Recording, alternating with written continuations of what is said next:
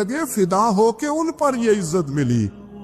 Baghdad کے ایک درویش عالم تھے، تو وہ جب بھی نماز پڑھاتے نا تو کسی تاجر کی 2 بیویوں کے بارے میں دعا مانگتے۔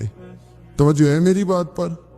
نماز پڑھاتے تو کہتے اللہ اس تاجر کی 2 بیویوں کو اپنی خاص رحمتیں عطا فرما۔ ایک دن لوگ ان کے گرد اکٹھے ہو گئے، کہنے لگے بابا جی بتائیں تو صحیح وہ بیویاں کون تھی جن کے لیے آپ دعا مانگتے؟ تو فرمانے لگے میرے شہر کا ایک تاجر تھا، بہت بڑا تاجر تھا، مالدار تھا پر بے اولاد تھا۔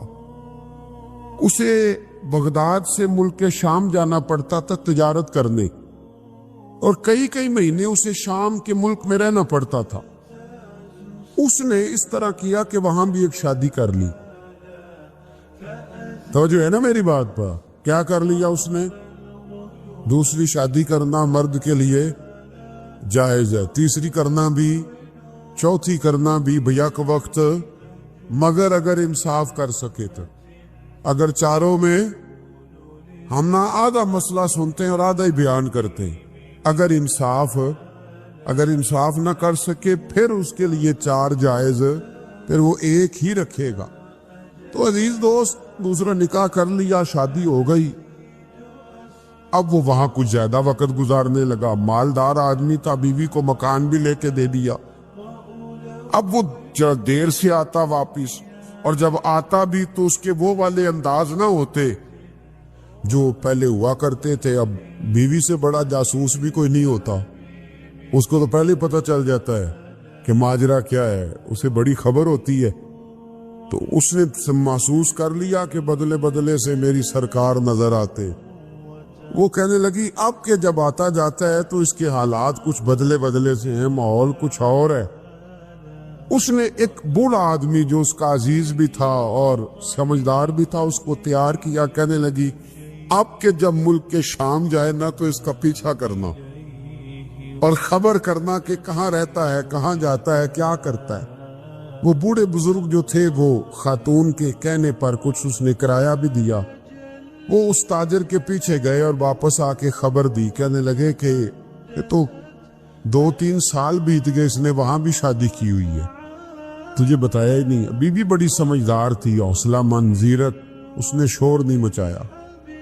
اس نے کہا کہ میں نا اب جب آئے گا نا تو طریقے سے بات کروں گی اور پوچھوں گی کہ ایسا کیوں کیا، اور یہ بھی اس نے آ کے بتایا کہ اگر تیرے ساتھ نکاح کے بعد اسے اولاد نہیں ملی تو اولاد وہاں بھی کوئی نہیں، کہ مکمل تفصیلات۔ اب جب اس دفعہ خاوند آیا تو آتے ہی وہ بیمار ہو گیا، کمزور ہونے لگا۔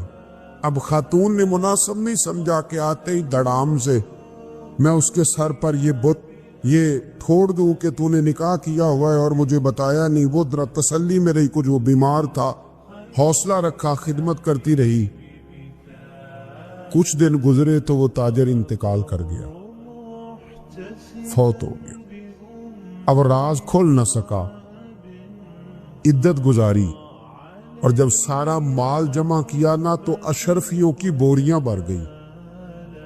سارا مال اس بی بی کا، 4 بوریوں میں اشرفیاں، 4۔ یہاں تو پیٹ کا دوزخ ہے، معاذ اللہ، بھرتا ہی نہیں۔ حل من مزید، حل من مزید۔ وہ جو کہتے تھے نا کہ بس باہر چلا جاؤں اور باہر میں کچھ تھوڑے سے پیسے کما کے 2-3 سال میں لوٹ آؤں گا، پھر یہاں آ کے کوئی کاروبار کروں گا، وہ گئے ہیں تو واپس نہیں آئے۔ وہ جو کہتے تھے نا بس میں نے اتنا سا کاروبار کرنا ہے کہ مکان بن جائے، انہوں نے 4 مکان بھی بنا لیے ہیں، لیکن بریک حل میں مزید کی دوڑ ہے۔ اب 4 بوریاں اس عورت نے چھپائے رکھی۔ کوئی بندہ نہیں جانتا بغداد میں کہ ملک کے شام میں تاجر کی دوسری بیوی بھی ہے۔ جب وہ فارغ ہوئی تو اس نے اس بوڑھے جاسوس کو پھر بلایا اور 2 بوریاں اونٹ پہ رکھی، خود بھی ساتھ بیٹھی اور ملک شام گئی۔ اللہ اکبر۔ وہ بزرگ کہتے ہیں میں ایسے نہیں دعا کرتا، اس کو جا کے کہنے لگی میں اکیلی وارث نہیں ہوں، آدھے کی وارث تو بھی ہے، میں اکیلی وارث نہیں، یہ تقسیم وراثت ہے، آدھی کی وارث تو بھی ہے، تو رکھ اپنے پیسے۔ مجھے پتہ ہے اس نے نکاح کیا تھا پر مجھے بتایا نہیں تھا، تو رکھ اپنے پیسے میں تجھے دے رہی ہوں، آدھے تیرے ہیں آدھے میرے ہیں۔ اس نے نظر اٹھائی تو رو پڑی، کہنے لگی نہیں اب یہ سارے تیرے ہی ہیں، اگر تو اللہ سے ڈرتی ہے تو میں بھی رب سے ڈرتی ہوں، اگر تو مصطفیٰ کریم کا کلمہ پڑھتی ہے تو میں بھی اسی نبی کی ماننے والی ہوں۔ کہا بات کیا ہے، میرا کیوں ہے سارا؟ تو وہ خاتون کہنے لگی وہ 2 سال 3 سال سے میرے ساتھ نکاح تھا اور اس نے بتایا تھا مجھے کہ میری بیوی بھی ہے، اور میں غریب تھی تو میرے والدین کو بھی بتایا تھا کہ میری دوسری شادی ہے، یہ مکان اس نے مجھے لے کے دیا تھا، میرے تمام اخراجات وہ پورے کرتا تھا، نان و نفقہ کا خیال رکھتا تھا، لیکن اب کہ جب وہ آیا تو وہ بیمار تھا،